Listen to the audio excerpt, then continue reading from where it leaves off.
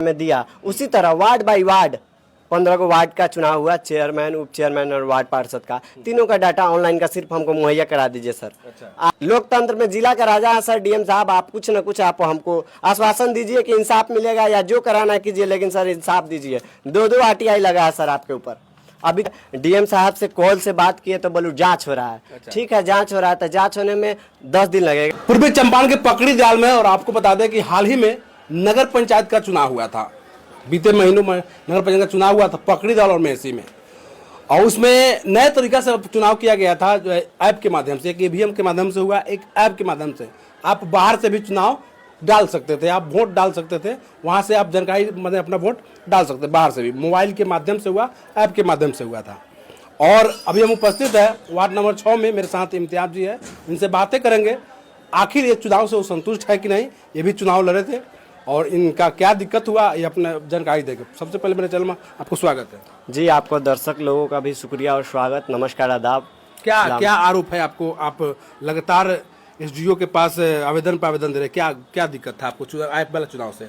App वाला चुनाव में पारदर्शिता नहीं है सर, और हमने आयोग से लेकर एसडीओ से लेकर डीएम साहब तक पहुंचे, और हम सीधी सी बात है, हमको डाटा चाहिए ऑनलाइन, जो और ई वोटिंग ऐप के माध्यम से जो चुनाव हुआ था उसका डाटा हमने मांग किया है, ना आयोग देने के लिए तैयार है, और उसमें यूजर आईडी पासवर्ड लगा के रखा है वेबसाइट में। जब आम पब्लिकली है ही नहीं है तो वो ऐप सही कहाँ से हुआ? सारा सिस्टम समझिए कि करप्ट पड़ा हुआ है। यहाँ का अधिकारी आदित्य राज भी का भी वही हाल है, और डीएम साहब अभी आरटीआई भी लगाए हैं, डीएम साहब कोई जवाब देने के लिए भी तैयार नहीं। आप लगभग चुनाव के लगभग 3 से 4 महीना बीत चुका है और आप अभी लगे हुए हैं, क्या मतलब चुनाव के बाद में नहीं गए आप? नहीं, चुनाव के बाद, चुनाव के कल होकर ही गए हुए हैं। चुनाव के कल होकर गए एसडीओ साहब के पास, अविनाश साहब के पास। अविनाश जी बोले कि आप लिखित रूप से दे दीजिए, आपको मिल जाएगा। अच्छा, डाटा मिलेगा, मिल जाएगा जी, ऑनलाइन का डाटा मिल जाएगा। और उसके बाद आदित्य सर भी आश्वासन दिए कि मिल जाएगा। आदित्य सर से हमेशा कॉल पर लगे रहते थे, अभी तक 1000 से ज्यादा कॉल कर चुके हैं आदित्य सर, कॉल उठाने के लिए तैयार नहीं होते आदित्य सर। आदित्य सर बोलते हैं कि आपका काम हो जाए। आदित्य सर ने हमको आश्वासन दिया कि आपको डाटा उपलब्ध करा दिया जाएगा, दे दिया जाएगा। होकर चुनाव जिसे समाप्त हो उसके बाद आप कल होकर ही गए हुए आवेदन के साथ? जी, आवेदन के साथ गए। उस आवेदन देने के बावजूद भी हमको आश्वासन दिया कि मिल जाएगा।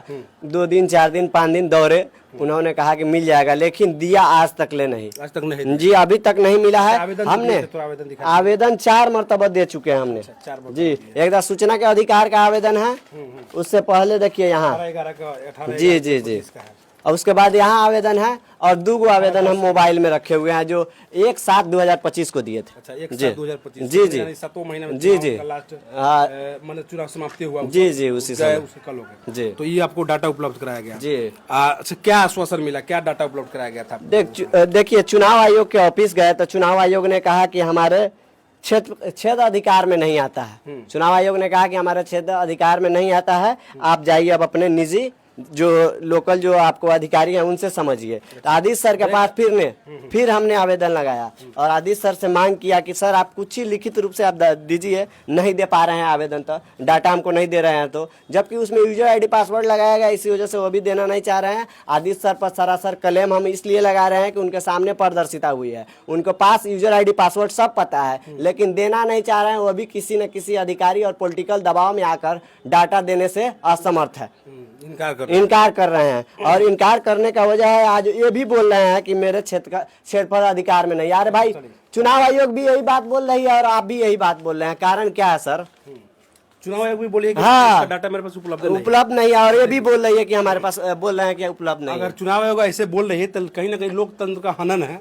अगर चुनाव आयोग कहेगी कि मेरे समक्ष डाटा नहीं है, मेरे क्षेत्र अधिकार में डाटा नहीं है, तो कहीं ना कहीं लोकतंत्र का हनन है। एक इन्होंने रखा, ये चुनाव आयोग का है कि अनुमंडल का है?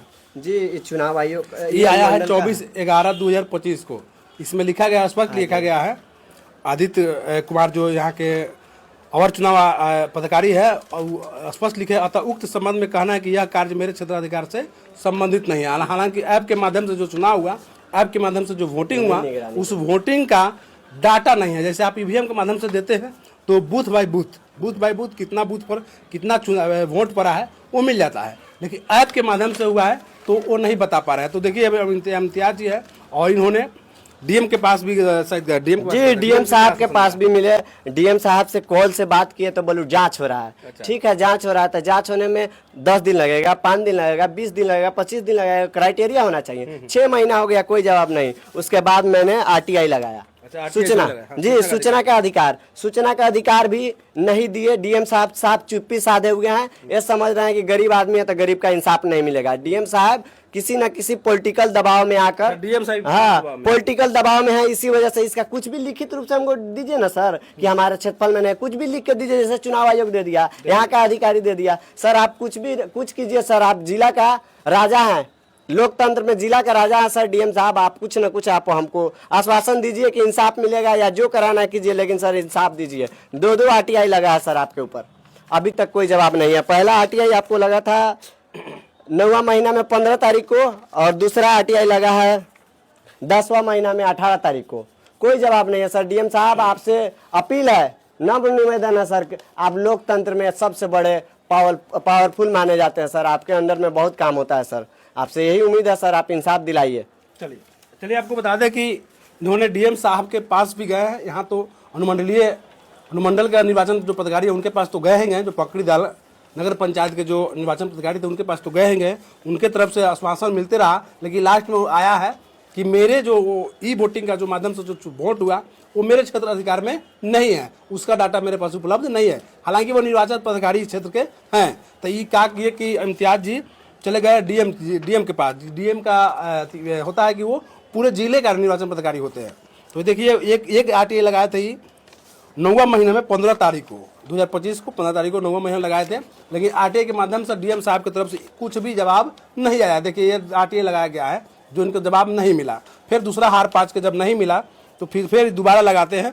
सूचना प्राप्त करने के आवेदन प्रमाण पत्र या सूचना अधिकार के पास लगवाए, फिर डीएम के पास लगाया, फिर लगाया है 18/10/2025 को। डीएम साहब के पास से भी कोई माने आश्वासन नहीं मिला, उनको कोई जवाब नहीं दिया गया। हालांकि इनका आरोप है डीएम साहब पर कि डीएम साहब चुप्पी क्यों साधे हुए हैं।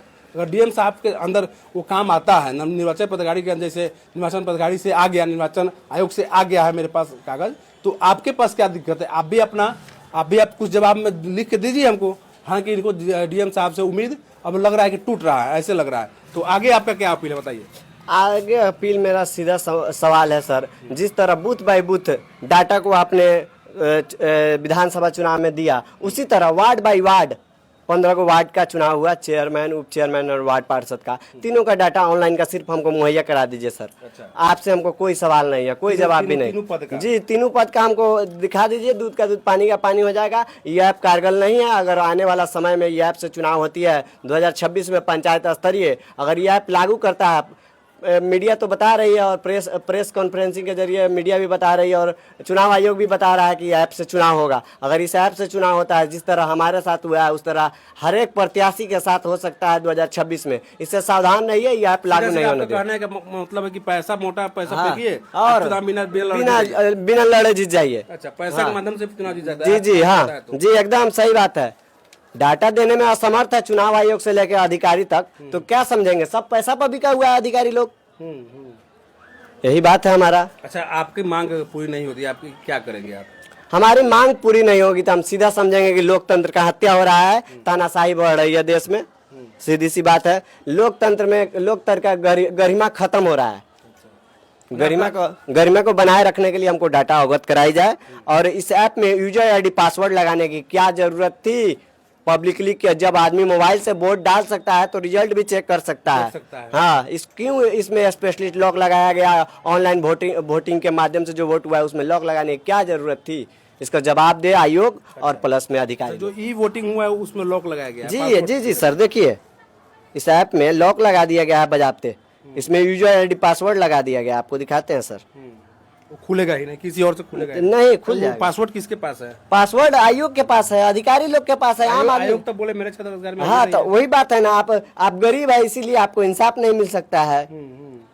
इस लोकतंत्र का समझिए कि गरिमा पैसे वालों के हाथ में चला गया है। जो पैसा देगा उसको इंसाफ मिलेगा। देखिए पासवर्ड लगा के रखा गया इस ऐप में, नगर पंचायत ई वोटिंग ऐप में पासवर्ड, यूजर आईडी। इसमें क्या जरूरत है इसको लगाने का? कहीं ना कहीं पासवर्ड किसी न किसी अधिकारी के पास होगा। पासवर्ड तो होगा, सारा अधिकारी के पास होगा। देखिए यहाँ पासवर्ड जो लगाया गया है यही पासवर्ड है। हालांकि ये जो पासवर्ड है या तो अनुमंडलीय जो निर्वाचन पदाधिकारी है उनके पास होगा, या तो जिला के स्तरीय होगा उनके पास होगा, या तो चुनाव आयोग के पास तो होगा ही होगा। लेकिन ये चुनाव आयोग के पास भी गए, अनुमंडलीय निर्वाचन पदाधिकारी के पास भी गए, जिला के जो पदाधिकारी है निर्वाचन पदाधिकारी उनके पास भी गए, लेकिन किन्हीं के माध्यम से इस ऐप में जो पासवर्ड लगाया गया है इसका कोई डाटा इसके पास नहीं उपलब्ध हो रहा है। हालांकि ये असंतुष्ट है, यहाँ के जो भी अधिकारी है उससे असंतुष्ट है, और जिला के भी है जो अधिकारी है उनसे भी असंतुष्ट है।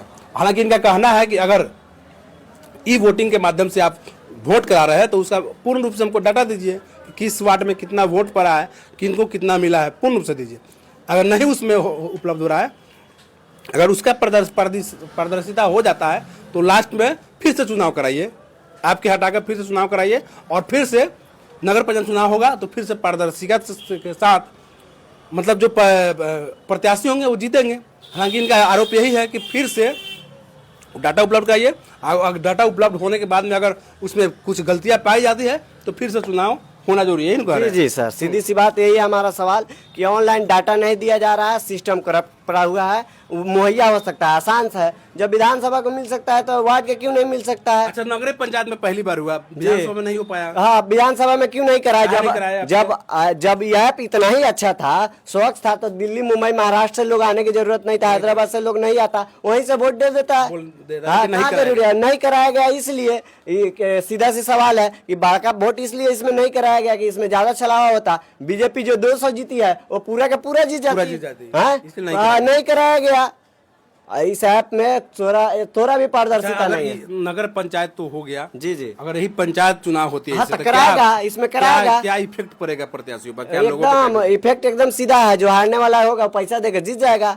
जिस तरह लग रहा है आशंका की 15 गो वार्ड का काउंटिंग के लिए आप थे सर उस दिन, काउंटिंग के लिए 10 बजा दिया रात। अच्छा, हाँ 10 बजा दिया गया था कि नहीं? और 15 गो वार्ड में MP MLA का चुनाव होता है तो दिन के 3 बजे तक रिजल्ट आ जाता है, सब वार्ड बाई वार्ड आ जाता है, सबका विधायक का सबका आ जाता है कि क्लियर हो गया कि ये फलाना आदमी जीत रहा है। मामूली हमको सीधा क्लेम है ऑनलाइन वोटिंग में, इसमें धांधली किया गया है, डाटा को चोरी किया गया, पैसा फेंका गया, उसको रिजल्ट मिला है, उसके पक्ष में करा दिया गया है। सीधी सी बात है, सीधी सी बात है। आपको आपके जो पासवर्ड यूजर आईडी और पासवर्ड है उसको खोल दीजिए, हमको दिखा दीजिए, हम उपलब्ध कराइए, बात खत्म।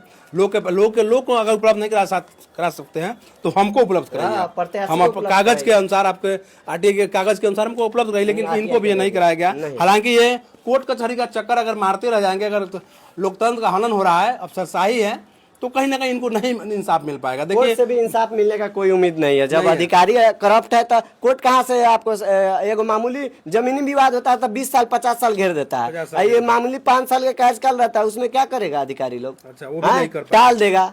देखिए, कागज पे कागज लगातार जब से चुनाव समाप्त हुआ है लगातार ये चुनाव आयोग के पास, DM के पास, SDO के पास, उनके निचले पद के अधिकारियों उनके पास सूचना अधिकार में दौड़ रहे हैं, लेकिन इनको अभी तक कोई आश्वासन, कोई चीजों का मतलब ऐसी खुलासा नहीं मिल पाया कि आखिर जाए तो जाए कहाँ। अगर इसी तरह लोकतंत्र का हनन होते रहा तो पब्लिकली हम कहेंगे तो लोगों के ऊपर कहीं ना कहीं कोई भी प्रत्याशी हावी हो सकता है, और प्रत्याशी बिना चुनाव लड़े वो चुनाव जीत सकता है। क्या चलिए अभी हम पकड़ीदाल, पूर्वी चंपारण के पकड़ीदाल नगर पंचायत में वार्ड नंबर 6 में थे, और इनका सीधा आरोप है निर्वाचन पदाधिकारी, अनुमंडलीय निर्वाचन पदाधिकारी पर कि अगर आपके क्या पे DM साहब पर भी आरोप है, जो यहाँ के DM है पूर्वी चंपारण के, उन पर सीधा सा आरोप है कि आप अगर ई वोटिंग के माध्यम से चुनाव कराए हैं तो आप हमको ई वोटिंग का जो वोट पड़ा है उसको दे दीजिए, उसका डाटा जो है मेरे पास उपलब्ध करा दीजिए। सीधी सी बात है, उसमें जो पारदर्शिता होगी वो हम लोग स्वीकार कर लेंगे, जो उसमें लिखा होगा उसको स्वीकार करेंगे, हमारे पास उपलब्ध करा दीजिए।